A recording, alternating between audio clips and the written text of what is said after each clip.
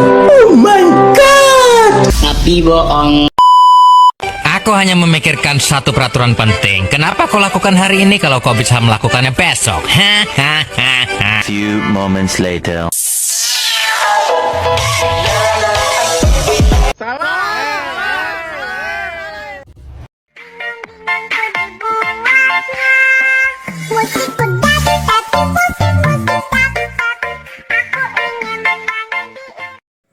Oke, assalamualaikum warahmatullahi wabarakatuh. Pada video ini kami akan membahas tentang materi pembelahan sel yang bersubmaterikan tentang gametogenesis hewan, manusia, dan tumbuhan. Selamat menyaksikan. Gametogenesis. Gametogenesis berasal dari kata gamet yang artinya sel kelamin dan genesis artinya kelahiran. Jadi, gametogenesis adalah proses pembentukan sel kelamin yang mana gametogenesis melibatkan proses pembelahan mitosis dan meiosis yang terjadi dalam organ reproduksi. Perhatikan tabel berikut. Ada yang namanya gonad dan gamet. Apa yang membedakan gonad dan gamet? Gonad merupakan badan yang menghasilkan gamet, sehingga testis menghasilkan sperma dan ovarium menghasilkan ovum atau sel telur, yang mana gonad diploid dan gamet haploid. Lalu, apa fungsi mitosis dan meiosis pada gametogenesis? Mitosis dalam gametogenesis berguna untuk sel induk yang akan membela secara meiosis, sedangkan meiosis berguna untuk mengurangi jumlah kromosom sehingga sel kelamin yang dihasilkan bersifat haploid. Pengertian spermatogenesis. Spermatogenesis merupakan proses pembentukan spermatozoa dalam testis. Organ penghasil sperma disebut testis. Spermatogonium pada laki-laki memiliki kromosom 22AA plus XY atau bisa ditulis 44A plus XY. Ini merupakan gambar testis, di mana di dalam testis ada tubulus seminiferus yang berfungsi menghasilkan sel-sel sperma, tetapi ada juga yang berfungsi sebagai menjaga sel sperma agar tetap sehat. Tahapan spermatogenesis. Perhatikan pada gambar berikut. Sel sperma yang pertama yaitu sering disebut spermatogonium, dan jika ada kata gonium berarti sel awal.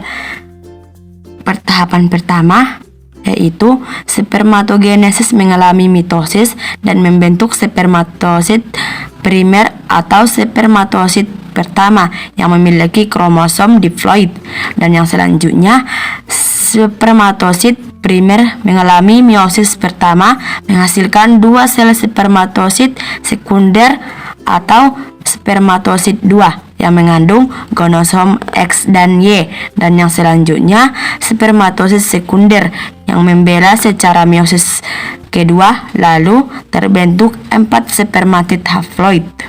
Jadi, secara singkat, proses pembentukan sperma atau spermatogenesis dari sel induk sperma atau spermatogonium mengalami pembelahan mitosis dan menghasilkan spermatosit primer, lalu mengalami meiosis 1 dan menghasilkan spermatosit sekunder, lalu mengalami meiosis kedua, dan hasilnya membentuk 4 sel sperma yang fungsional. Oogenesis. Oogenesis merupakan proses pembentukan sel kelamin betina yang sel telur atau ovum. Oogenesis terjadi di ovarium. Oogenesis diawali dari sel primordial diploid pada epitel germinal ovarium yang didiferensiasi menjadi sel induk yang disebut oogonium. Oogonium pada wanita yaitu 22AA plus XX atau 44A plus XX. Untuk tahap oogenesis diawali dari pembelahan mitosis di sel induk ovarium yang menghasilkan yang disebut oosit primer atau oosit 1 yang memiliki kromosom diploid atau 2M.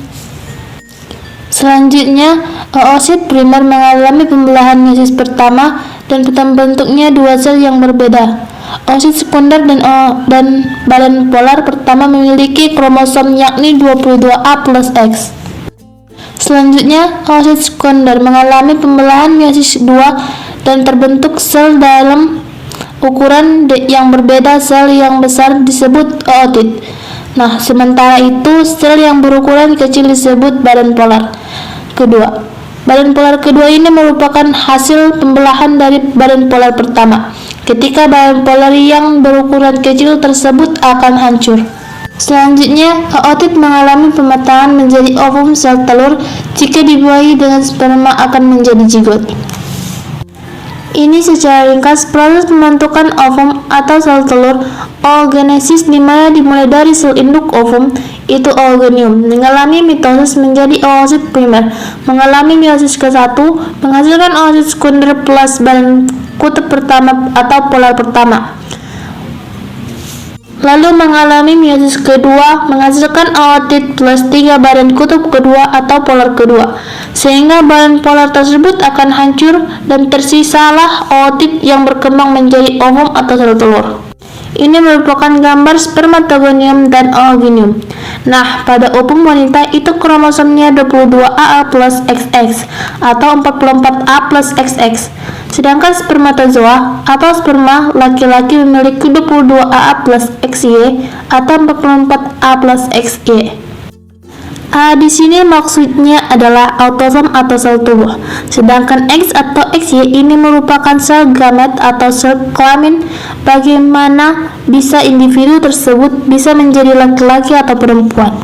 Itu yang pertama, ketika ovum yang memiliki kromosom 22AA plus X mengalami fertilisasi dengan spermatozoa yang memiliki kromosom 22AA plus X, akan menghasilkan zigot yakni berupa 22AA plus XX, artinya individu tersebut menjadi individu wanita. Sedangkan ketika ovum 22AA plus X mengalami fertilisasi dengan spermatozoa 22AA plus Y, akan menghasilkan zigot yakni 22AA plus XY, sehingga akan menjadi individu laki-laki. Nah, ini merupakan perbedaan tabel spermatogenesis dan oogenesis, di mana tempat terjadinya spermatogenesis di testis dan oogenesis di ovarium.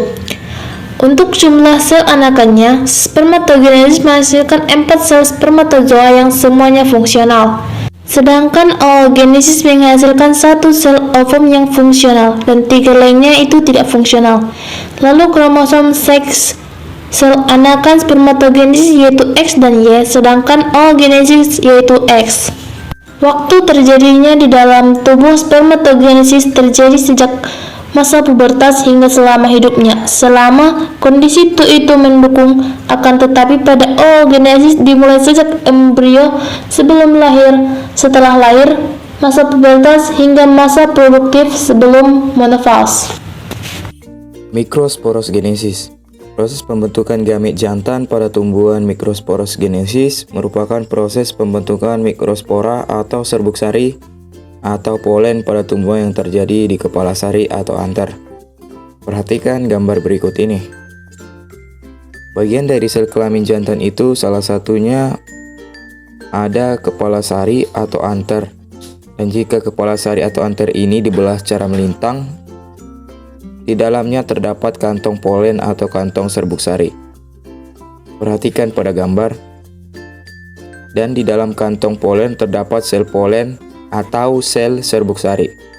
Serbuk sari inilah yang akan mengalami gametogenesis.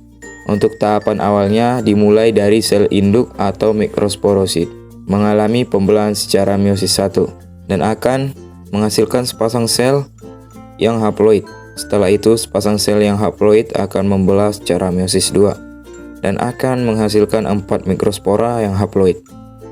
Dan dari setiap mikrospora akan mengalami karyogenesis pertama, sehingga menghasilkan 2 inti haploid, yaitu inti vegetatif dan inti generatif.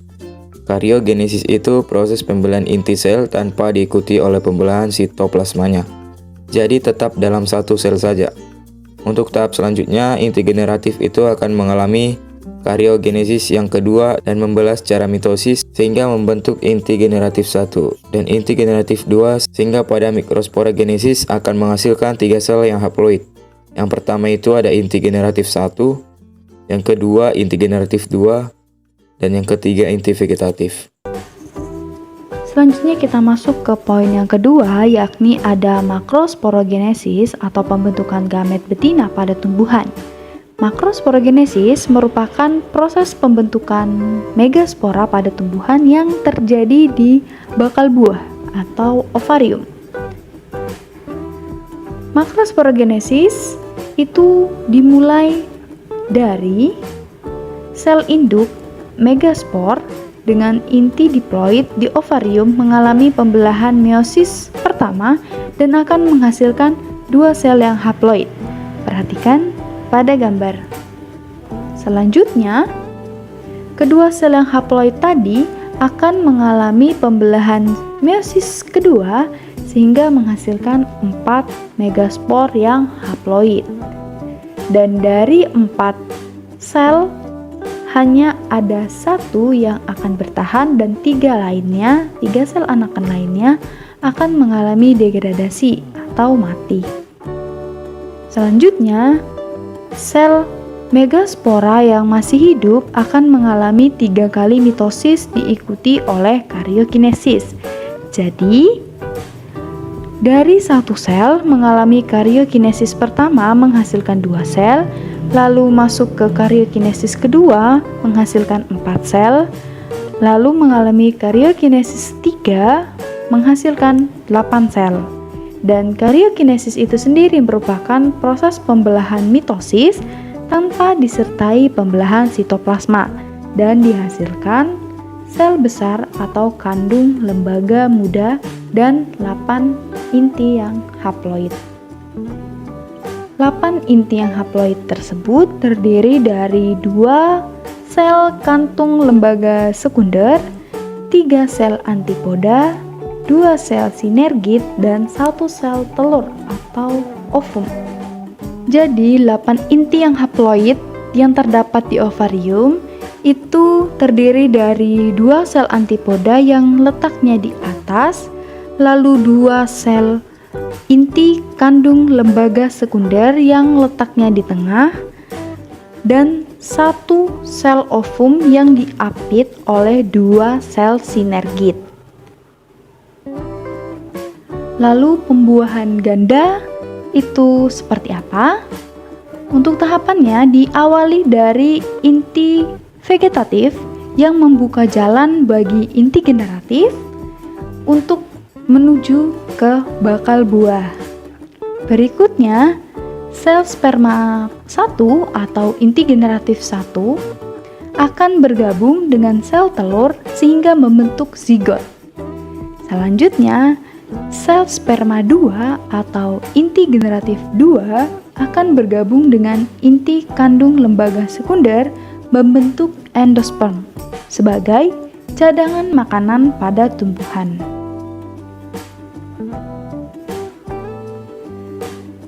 Ini merupakan tabel perbedaan antara mikrosporogenesis dengan makrosporogenesis.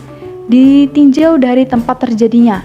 Mikrosporogenesis terjadi di kantong sari atau anter, sedangkan makrosporogenesis terjadi di bakal buah atau ovarium. Dari sisi karyokinesis, pada mikrosporogenesis terjadi 2 kali, sedangkan pada makrosporogenesis terjadi 3 kali.